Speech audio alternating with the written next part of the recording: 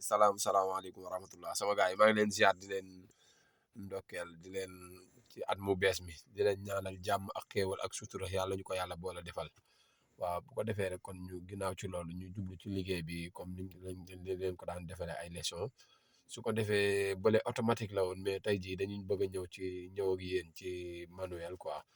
bu ko defee ñu ñëw fii ci pétale yi ñetti pétale lay doon bii ci féete càmmoñ ci sa càmmoñ mooy embrayage bii ci digg bi nii mooy frein yi bii mooy accélérateur bi bii nekk ci sa ndeyjoor ci ruq bi nii mooy accélérateur bi léegi nag pour nga utiliser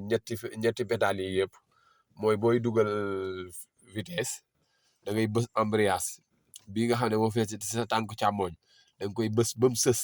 da ngay bës ba mu sës léegi nag boo bësee ba mu sës léegi da ngay ñëw fii ci levier bi première bi lii ngay def mu dem ci kanam moo nekk nii mooy levier bi première bi moo nekk nii ci kanam la jëm mu ngi la nga signalé deuxième bi moo nekk ci ginnaaw léegi boo jógee ci première da ngay xëcc rek mu ñëw nii ci ginnaaw deuxième boo defee nii rek boo defee nii xëcc mu ñëw ci ginnaaw rek deuxième bi ak première bi ñoo jàkkaarloo fekk ne boo koy dugal vitesse bi il faut ngay appuyer sa tànk fii ci pédale bi ñuy wax embrayage bi féete si sa tànku càmmooñ sës nii moom ngay bës ba mu sës boo bëggee dugal vitesse léegi nag bii mooy première bi ci kanam la jëm mi ngi nii léegi da ngay def nii rek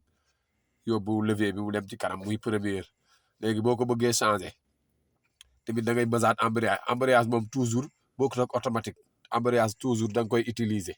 boo demee ba toll ci dugalaat vitesse da nga koy utiliser mooy comme li ma la waxoon sànq da nga koy bës nii ba mu sës bu ko defee boo bëggee defaat deuxième que xëccaat levier bi nii mu dellu ginnaaw levier bi première bi ak deuxième bi ñoo jàkkaarloo booy dugal deuxième tamit jëlu ngay xëcc di dugal nii du kii nii da ngay xëcc nii rek mu ñëw nii da ngay xëcc rek directement mu ñëw ci deuxième bi su fekkee ne da nga bëgg a dugal troisième bu boobaa moom da nga koy xëcc nii mu ñëw da nga koy def point mort nii mu ñëw nga dugal ci digg nga def ci digg bi lay dem moom du ñëw ci côté bi nii quoi